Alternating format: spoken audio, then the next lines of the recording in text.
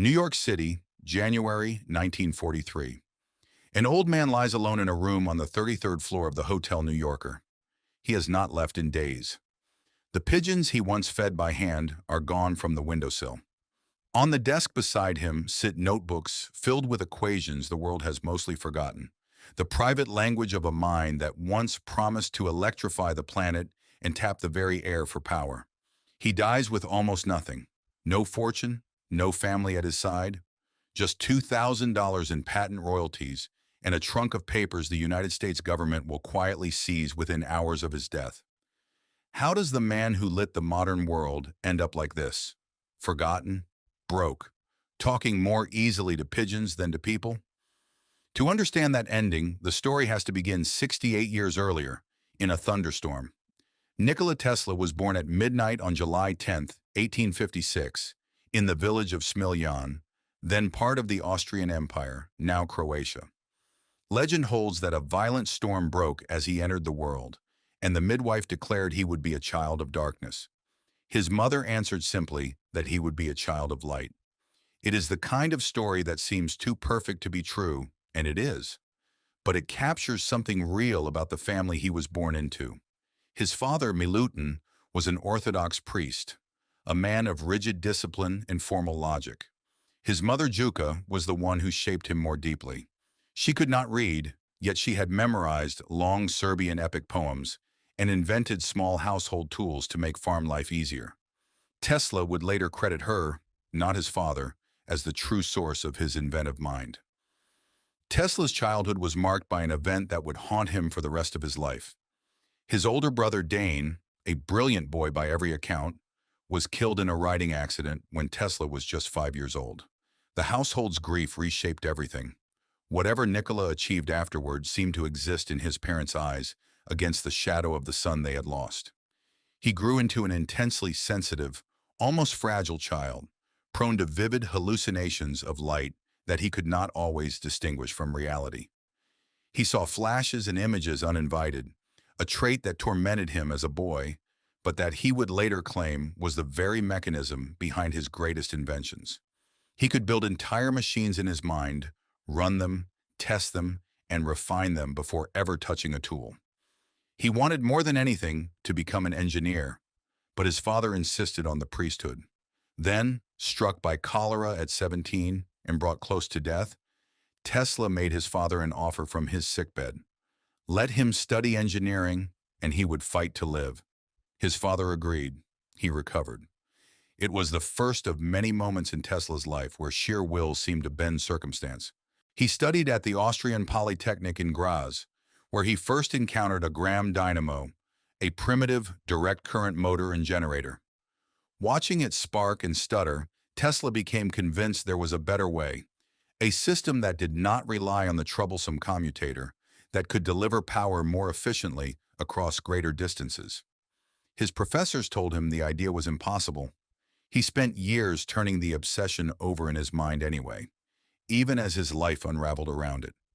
He gambled away his tuition money in Graz, dropped out without a degree, and drifted through Europe taking work where he could find it. The brilliant student had become, for a time, almost a vagrant of ideas with nowhere to put them. The breakthrough came in 1882 in Budapest, while Tesla was walking through a city park with a friend, reciting Goethe's Faust from memory. In an instant, the solution to the rotating magnetic field appeared to him complete, as if assembled in a single flash. He took a stick and drew the design in the dirt. This was the foundation of alternating current induction motors, a system that would not need the fragile commutators of direct current machines, and that could transmit power efficiently over long distances using transformers to step voltage up and down. It was, in essence, the architecture of the modern electrical grid, conceived whole in a single walk through a park. Tesla refined his ideas while working for the Continental Edison Company in Paris, and in 1884, he sailed for New York with little more than 4 cents, a few poems, and a letter of introduction to Thomas Edison himself.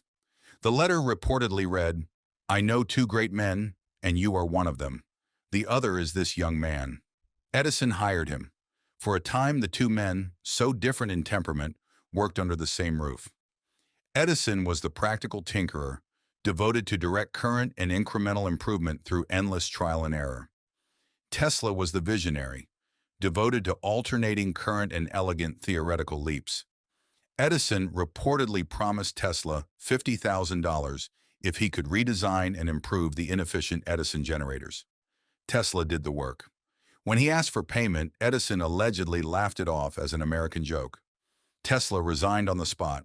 He had learned a lesson he would never fully absorb. In America, brilliance alone secured nothing.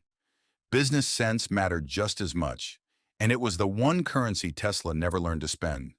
The years that followed were brutal. Tesla dug ditches for $2 a day to survive, his genius reduced to manual labor while patents in his head went unrealized. But persistence eventually connected him to backers willing to fund the Tesla Electric Company, and in 1888 he was granted patents for his alternating current induction motor and polyphase transmission system. The patents caught the attention of George Westinghouse, an industrialist locked in fierce competition with Edison's direct current empire. Westinghouse bought Tesla's patents for a substantial sum and royalties on every horsepower of electricity generated by the system, an arrangement that, had it held, would have made Tesla one of the wealthiest men in America. What followed has gone down in history as the War of the Currents. Edison, determined to discredit alternating current as too dangerous for public use, ran a campaign of fear, including grim public demonstrations electrocuting animals to terrify the public, and quiet lobbying behind the first electric chair, built using Westinghouse generators, to associate his rival's technology with death in the public mind. It was a smear campaign dressed up as safety advocacy. Tesla, for his part, leaned into showmanship rather than fear. He staged public demonstrations, passing high-frequency alternating current through his own body, lighting bulbs in his hands, proving that the danger lay in misuse, not in the current itself. The contest reached its turning point in 1893, when Westinghouse and Tesla's system was chosen to illuminate the world's Columbian Exposition in Chicago, dazzling visitors with nearly 100,000 light bulbs powered by alternating current, a spectacle that announced to the world which technology had won.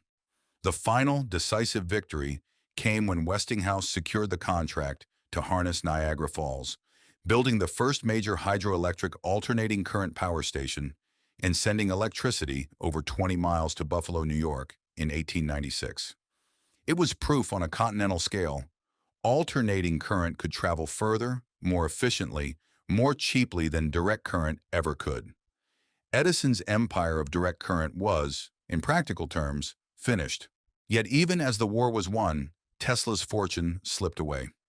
As Westinghouse's company faced financial strain amid an economic panic, Tesla, in a gesture that reveals both his idealism and his fatal naivety about money, tore up the royalty contract that would have paid him a fortune for every horsepower of electricity generated by his system in order to help save the company that had backed him. He saved Westinghouse's business. He likely cost himself millions, perhaps the modern equivalent of a fortune in the billions. He would spend the rest of his life paying for it. Freed from royalties but driven by new obsessions, Tesla turned to wireless transmission of energy and information. At his laboratory in Colorado Springs in 1899, he built a colossal Tesla coil that produced artificial lightning bolts over 100 feet long, briefly disrupting the local power company's generator with the sheer scale of his experiments. He believed, with total conviction, that he could transmit not just signals, but usable electrical power wirelessly across the globe, using the Earth itself as a conductor. Returning to New York, he secured funding, much of it from financier J.P. Morgan, to build the Wardenclyffe Tower on Long Island, a soaring wooden structure meant to broadcast both messages and power without wires to any point on Earth. The project collapsed under its own ambition.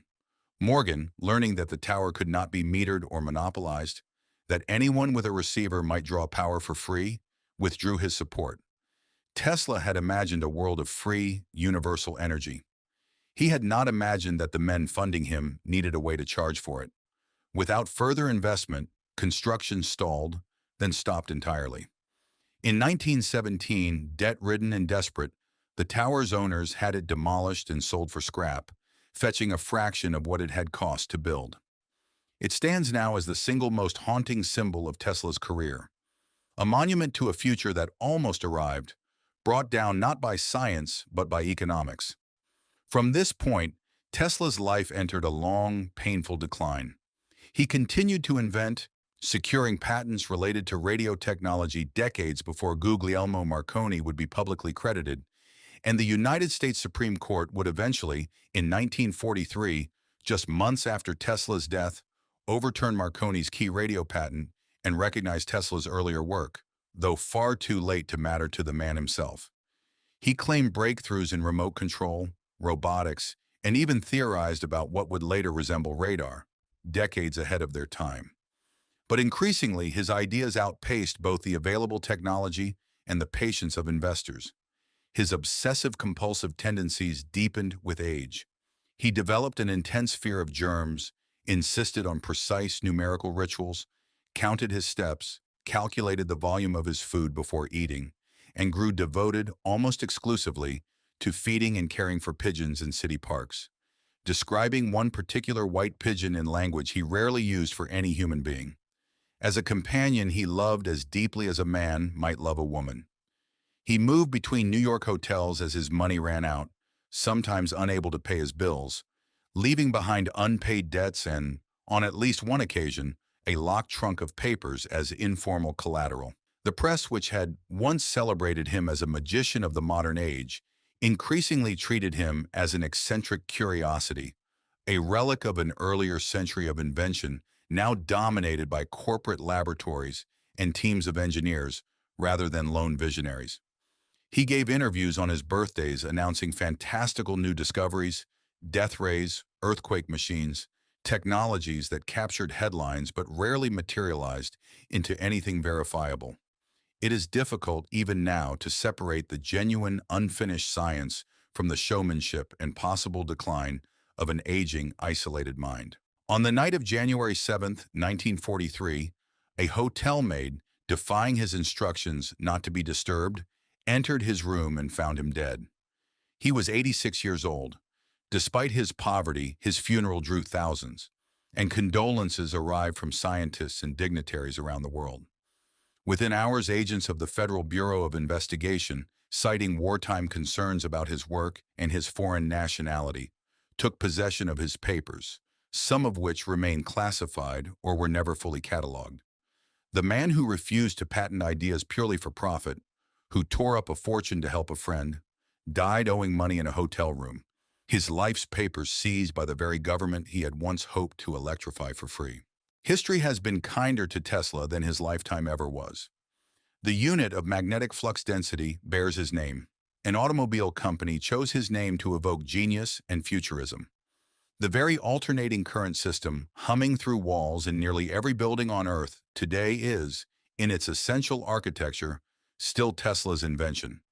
He has been rediscovered as something more than a footnote to Edison, recognized now as the man who arguably did more than any other single individual to design the electrical backbone of modern civilization, even as he died without the fortune, the family, or even by the end, the full sanity that might have made his final years easier. The man born in a thunderstorm, whom legend named a child of light, spent his life trying to give that light to everyone, freely, wirelessly, without metering or monopoly. He failed, not because the science was wrong, but because the world was not yet built for a gift no one could charge for.